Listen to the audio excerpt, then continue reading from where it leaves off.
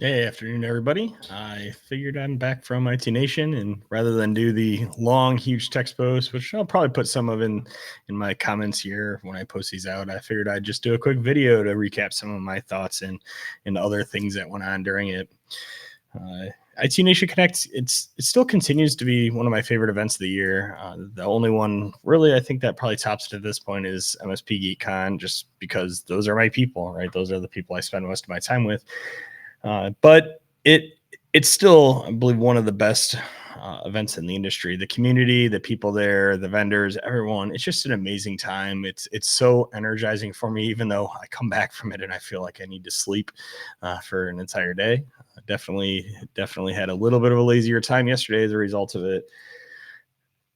One of the big takeaways for me for this event, I don't go to a lot of sessions anymore, right? But I did go to a handful this time, and one of the big takeaways for me is execution, right? Like we're starting to see a big differentiator in the industry between those that are able to execute and those that aren't, right? Like the ones that aren't willing to make changes, that are kind of coasting. And I think there's starting to be a bigger gap between the ones that are moving the needle forward and the ones that are, just staying complacent.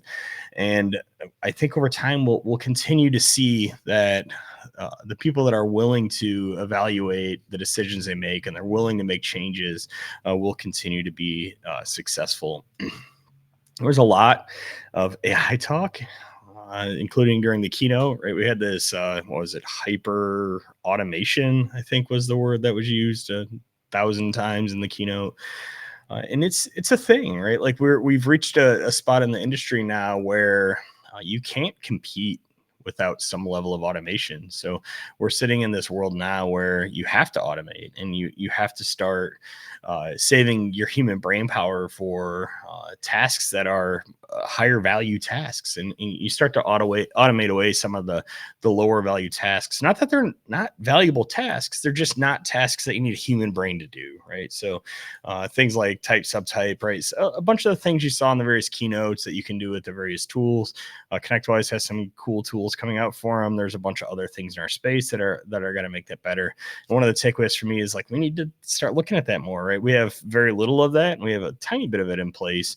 But I spent some time even this weekend starting to play with Private GPT and some of the other tools to make me, as a security focused guy, more comfortable with what's going on with my data, but allow us to use that.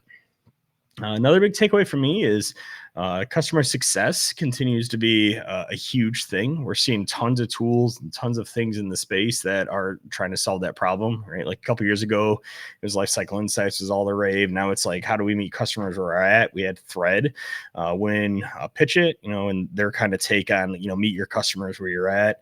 And I'm seeing lots of plays in the startup space, kind of just talking about how make the customer experience better.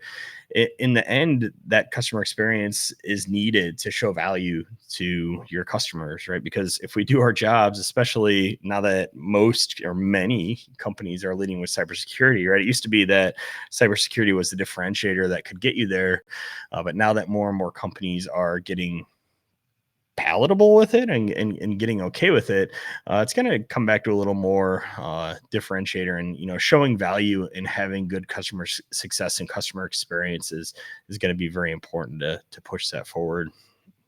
In the last one, I went to a really great talk that had just the perfect amount of shenanigans with Wes Spencer, Kyle Christensen, and Alex Farling about building a talent factory. Right? We kind of trolled Wes. We all had shirts on that said "Not Wes Spencer." It was absolutely amazing. But there was a great talk about how to level up your people and how to bring them along, and that is more and more important too, right? As we get into this world where the gap, in many cases, the gap between MSP pay and other enterprise pay widens even more. Supporting your team, letting them grow, and even supporting the fact that maybe you're just a stepping stone for them. Getting all that into place is vitally important. And those are huge things, and huge things that we're inwardly focusing at and inwardly looking at. Uh, at CWR as we go through this. I had a final interesting thought that came out yesterday. I led yesterday. I'm a scout leader. I have a bear den, right? So I have five, six or third graders that I'm doing scout things with. And They're so 8, 9 years old. This is the year in scouts they get to use knives. And I made a kind of funny joke yesterday in one of the channels I'm in that I think in many cases it might actually be easier to teach third graders to use pocket knives than it is to teach some amount of MSPs to properly do conditional access and security, right? So, the takeaway there is continuous improvement, right? Like just keep going to events like this, keep attending, keep your mind open, and don't rest on your wins, right? You need to keep innovating, you need to keep learning, you need to keep growing, you need to keep expanding, because once you stop doing those things, then very quickly you get left behind. This world moves too quickly to be able to sit there and keep doing what you're doing yesterday. Anyways, that's it for me. Had a great time. Great seeing all of my friends, great meeting new friends, and great causing a certain amount of shenanigans. So until next time, see you later.